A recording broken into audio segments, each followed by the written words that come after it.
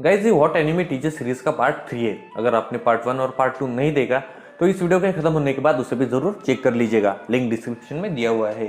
तो चलिए शुरू करते हैं। गाइस अगर आपने डेथ नोट सीरीज देखी है तो आप एल को तो जानते ही होंगे, और एक पॉइंट पर आकर आप इसकी इंटेलिजेंस से भी काफी ज्यादा सरप्राइज और शॉक हुए ही होंगे। मतलब देखो ना, एक ऐसा बिंग, एक ऐसे डिटेक्टिव जिसने सिर्फ अपने इंटेलिजेंस के दम पर ऑलमोस्ट एक गॉड लेवल बिंग को हरा ही दिया था।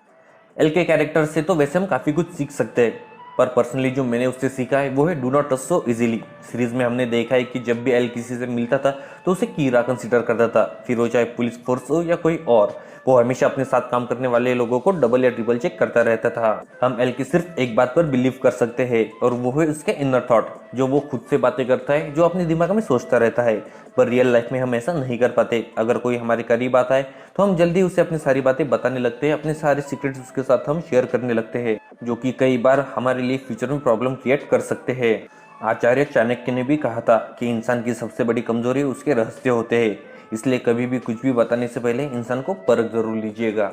लिस्ट में जो अगली क्वालिटी आती है वो है आर्ट ऑफ मैनिपुलेशन। अब कई लोग बोलेंगे कि मैनिपुलेशन एक बुरी चीज़ है, हमें इसे नहीं करना चाहिए। तो मेरा जवाब होगा कि देखो भाई, अगर तुम्हारे हाथ में चाकू है तो ये टोटली तुम पर डिपेंड करता है कि तुम उसे कैसे यूज़ करना चाहते हो। तुम उससे सब्जियां काटना चाहते हो या फिर किसी का गला, इसमें चाकू की कोई गलती नहीं है, वो एक नॉन लिविंग ऑब्जेक्ट है। मैनिपुलेशन की बात की जाए तो नो डाउट मेरे लिस्ट में सबसे ऊपर नाम आएगा लाइट यागामी का। एक कॉलेज टॉपर, स्मार्ट इंटेलिजेंट लड़का जिसने पूरी पुलिस फोर्स के नाक में दम कर रखा था, जो आर्ट ऑफ मैनिपुलेशन का उस्ताद था। और यही वो एक चीज बनी जिससे उसने एल को हराया था। मतलब खुद सोचा यार, जो बंदा गॉड ऑफ डेथ को मैनिपुलेट कर सकता है वो क्या कुछ नहीं कर सकता। उसने रेम को मैनिपुलेट करके डेथ नोट पर एल का नाम लिखवा दिया था, जिससे उससे एक साथ रेम और एल दोनों से छुटकारा मिल गया था। इसे कहते हैं एक तीर से दो शिकार करना। हमारे लिस्ट में तीसरे नंबर पर जो क्वालिटी आती है वो है know when to stop. Krishna ने भी अर्जुन से कहा था कि कई बार हमें जंग जीतने के लिए मैदान को छोड़ना ही पड़ता है। और अगर हम एनीमे की दुनिया की बात करें तो ये ट्रिक हमें सिखाता है शिकामारू, एक ऐसा कैरेक्टर जो काफी ज्यादा अंडररेटेड है, जिसके पास ना कोई ज्यादा चक्रा रिजर्व था और ना ही कोई एक्स्ट्रा ऑर्डिनरी जुत्सु। जिसका सबसे बड़ा हथियार था उसका दिमाग, जो हमेशा राइट टाइम पर राइट डिसीजन लेता था।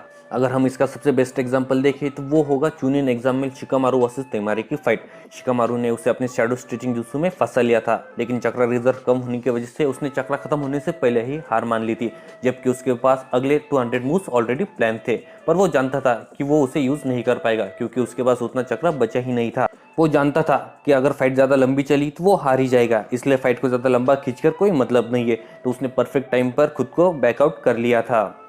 हम भी अपनी रियल लाइफ में कई बार ऐसे प्लान बनाते हैं जो परफेक्ट नहीं होते, पर हम उसे ही पकड़ कर चलते रहते हैं और आखिर में खुद को ही नुकसान पहुंचा बैठते हैं। इसलिए कब कहाँ रुकना है ये पता होना भी काफी ज्यादा जरूरी हो जाता है।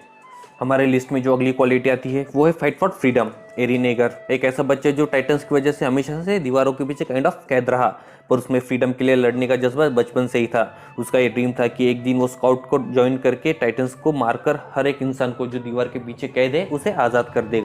लाइफ में कई बार हमारे साथ भी ऐसा ही होता है कि हमें अपने डिसीजंस नहीं लेने दिए जाते, फिर वो चाहे करियर को लेकर हो या फिर कई बार शादी को लेकर। हमें बच्चा समझकर बचपन से ही हमें फ्रीडम नहीं दी जाती। ऐसे में फ्रीडम के लिए फाइट करना हमें खुद सीखना पड़ता है। पर हाँ, फ्रीडम का मतलब ये नहीं होता कि आप गलत काम करो या फिर गलत आदतों में फंस जाओ, इसलिए अपनी फ्रीडम का सही इस्तेमाल करना भी आना चाहिए। अगर आपको वीडियो पसंद आए तो वीडियो को लाइक कर दीजिएगा और मेरे चैनल को भी जरूर से सब्सक्राइब कर दीजिएगा। तब तक के लिए thanks for all your support.